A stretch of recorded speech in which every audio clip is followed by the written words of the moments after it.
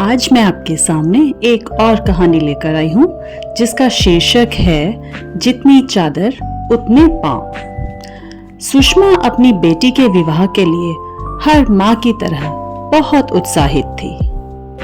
उत्साह के साथ साथ उसके मन में कुछ डर भी था। बात यह थी कि उसके सभी रिश्तेदार आर्थिक दृष्टि से उससे कहीं ज्यादा मजबूत थे। उनके घरों में भी बच्चों की शादियां हुई थी जो उसने देखी थी। वह नहीं चाहती थी कि उसकी बेटी की शादी कहीं से भी उनसे हल्की लगे।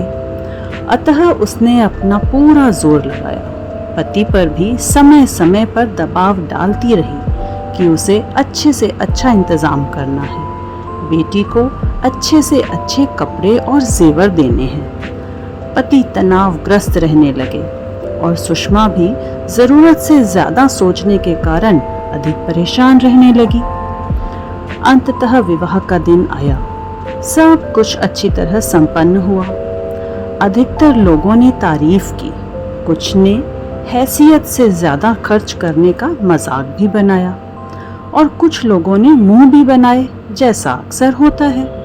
जैसे तैसे बेटी को विदा कर दिया गया। उसके बाद धीरे धीरे घर पर उनके फोन आने लगे जिनसे सुषमा के पति ने उधार लिया था। घर का खर्च चलाना मुश्किल हो गया था क्योंकि सारी जमा पूंजी विवाह में लग गई थी। इसी तनाव में सुषमा के पति को एक दिन दिल का दौरा भी पड़ गया। उनके इलाज में लगाने के लिए पैसा भी उधार लेना पड़ा। जान तो किसी तरह बच गई, पर हमेशा के लिए दायां हाथ काम करना छोड़ चुका था। सुषमा बहुत पछता रही थी। आखिर किसे खुश करने के लिए उसने इतना दिखावा किया।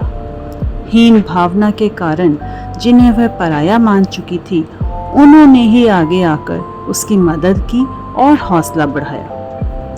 अब वह समझ चुकी थी कि जितनी चादर हो उतने ही पैर फैलाने चाहिए। बेवजह फिजूल खर्च करके दिखावा करने से कुछ हासिल नहीं होता, केवल परेशानियां ही खड़ी होती हैं।